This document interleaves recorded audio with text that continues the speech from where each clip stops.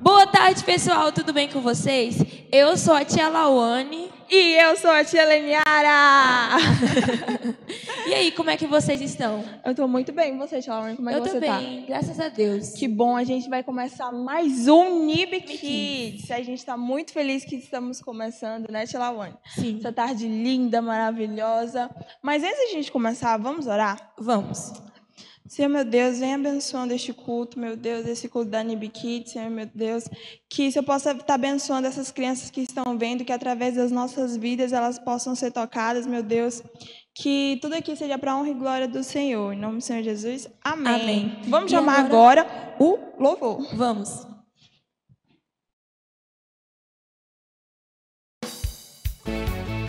Vamos lá, criançada! Erguendo as mãos para os céus para adorar a Deus! Canta comigo assim!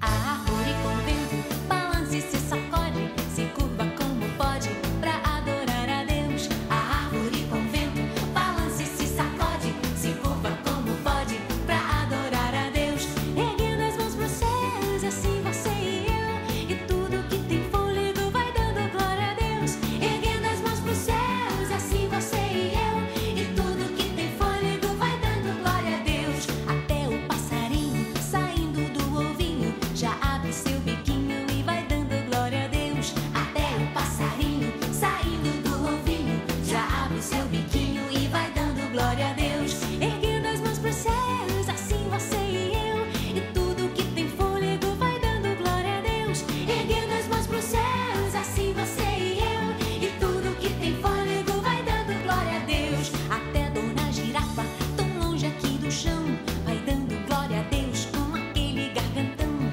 Até Dona Girafa, tão longe aqui do chão, vai dando glória a Deus com aquele gargantão. Erguendo as mãos para os céus, assim você e eu, e tudo que tem fôlego vai dando glória a Deus. Erguendo as mãos para os céus, assim você e eu, e tudo que tem fôlego vai dando glória a Deus.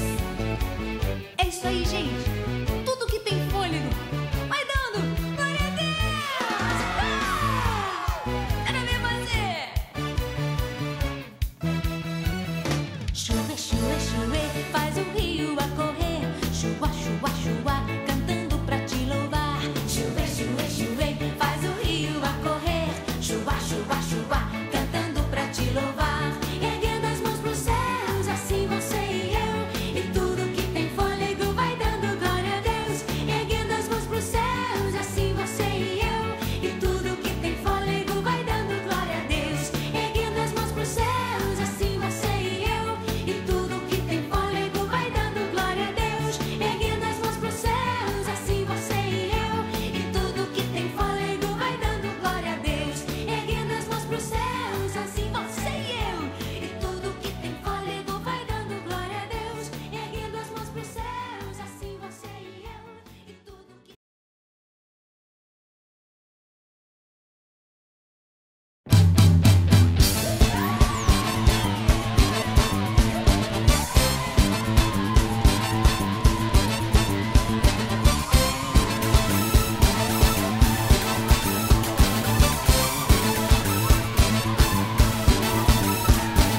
Havia um homenzinho torto, morava numa casa torta, andava num caminho torto, sua vida era torta. Um dia um homenzinho torto, a Bíblia encontrou, e tudo que era torto, Jesus endireitou. Havia um homenzinho torto, morava numa casa torta, andava num caminho torto, sua vida era torta. Um dia um homenzinho torto, a Bíblia encontrou, e tudo que era torto, Jesus endireitou.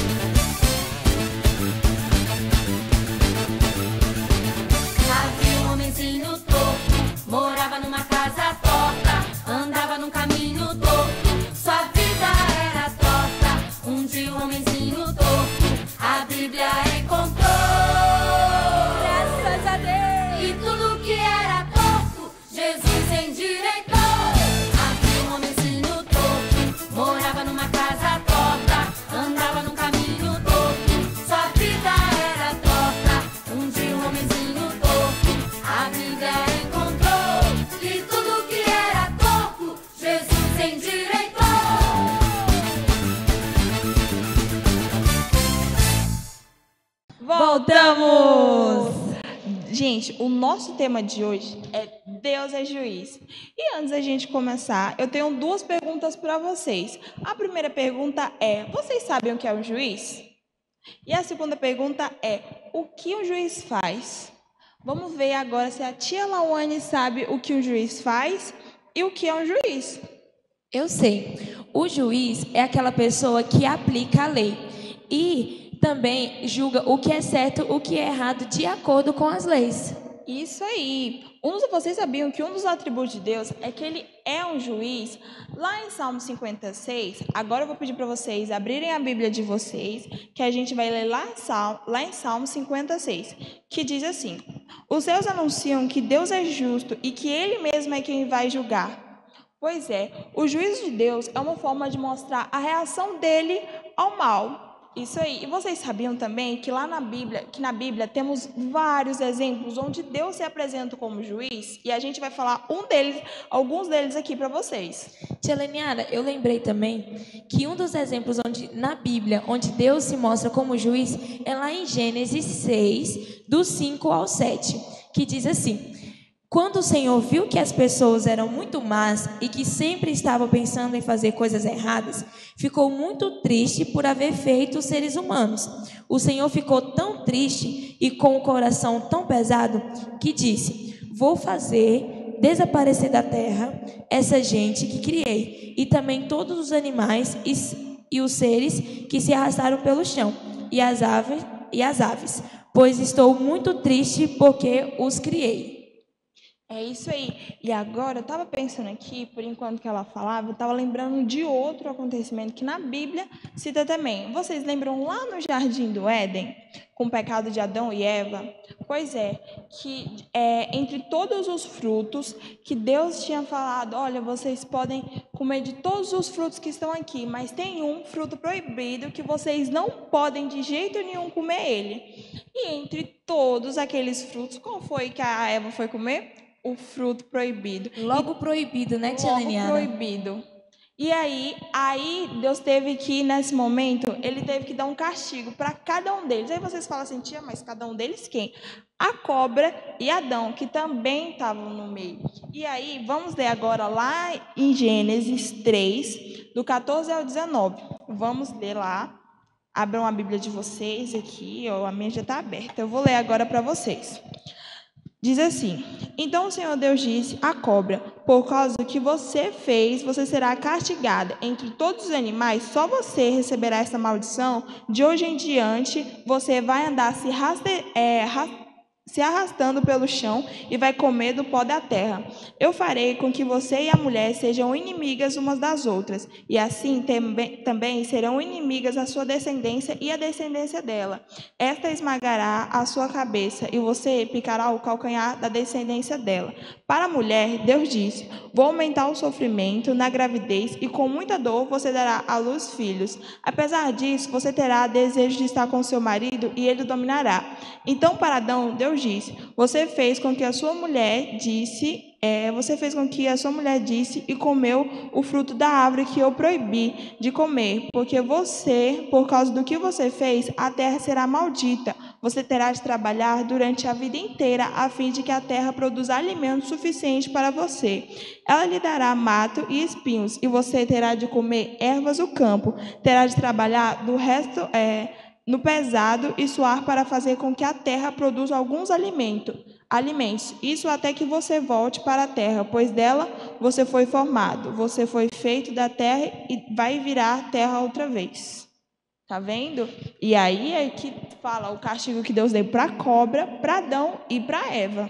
Tia Leniara, eu lembrei também que tem outro exemplo na Bíblia. Sério? Você pode falar pra gente aquele que tem 10? É 10 o quê que tem? Eu lembro. Lá no Egito, das 10 pragas, né? Alguma de vocês, crianças, vocês lembram qual foram as 10 pragas? Vocês lembram do qual Egito? foram as 10 pragas do Egito? A gente vai citar algumas delas aqui para vocês. Mas antes disso, eu vou explicar um pouquinho. Lá no Egito, Deus mandou Moisés falar com o faraó, para ele poder liberar o povo daquela escravidão. falar, por favor, o faraó, libera meu povo daquela escravidão. E Moisés foi lá várias vezes, e faraó de jeito nenhum não liberou o povo. E Deus já estava por aqui com toda aquela situação, então falou assim, olha, eu vou fazer coisas terríveis com vocês. E foi aí que ele lançou as 10 pragas. E lá em Êxodo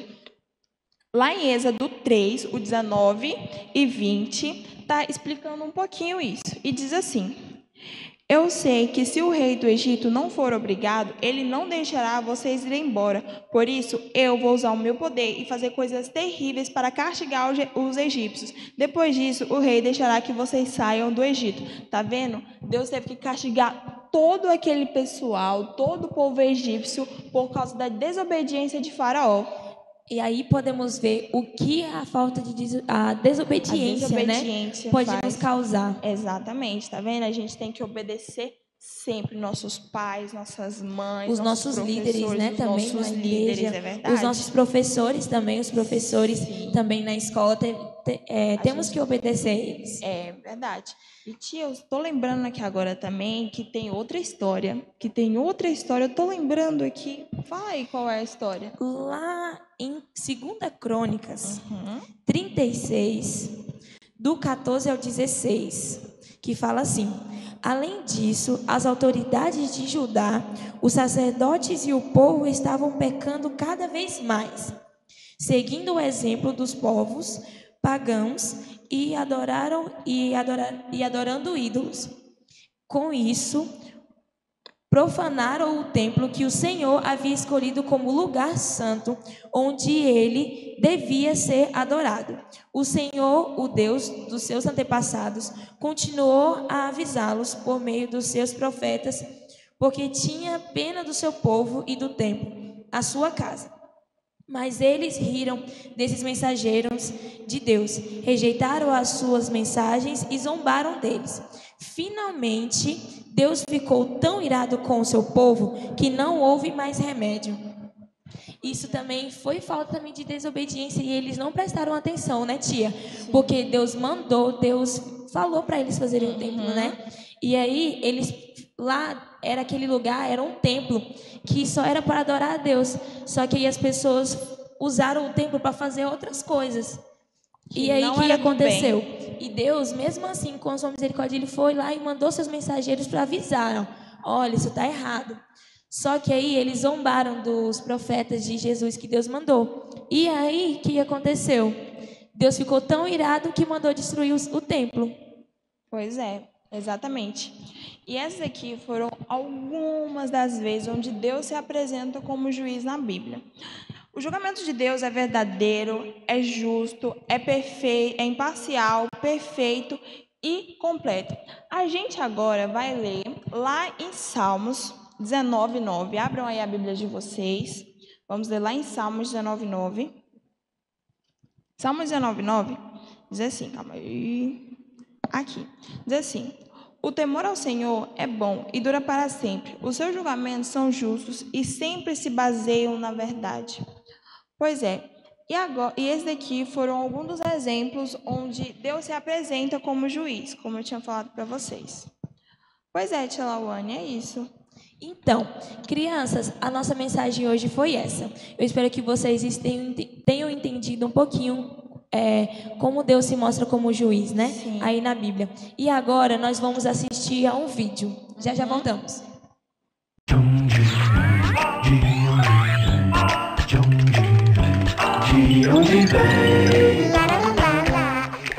Vamos agora à previsão do tempo em todo o Brasil. A meteorologia prevê a chegada de uma frente fria, provocando uma forte tempestade em toda a cidade.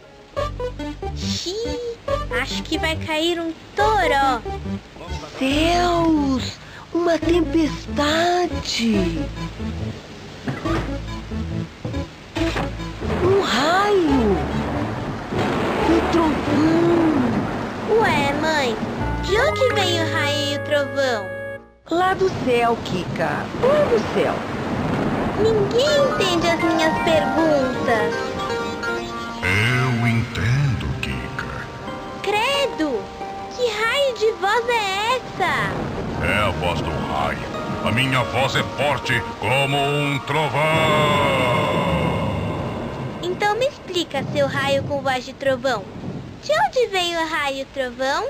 Os raios são descargas elétricas produzidas dentro das nuvens da tempestade.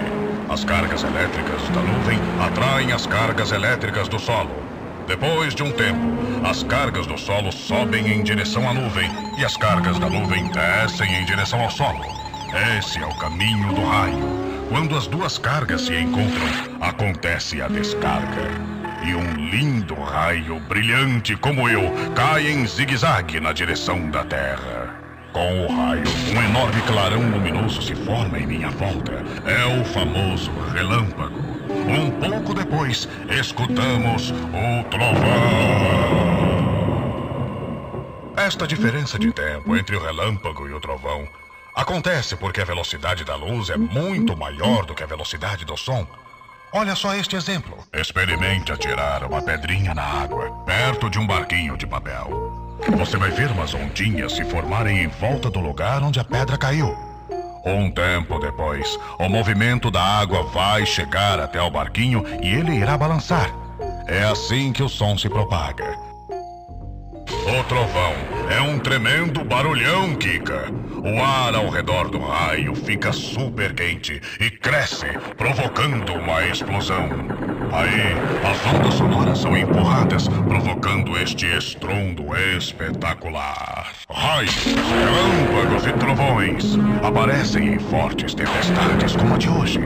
As nuvens de tempestade são chamadas de cúmulos nimbus e se formam a quase 20 quilômetros do chão.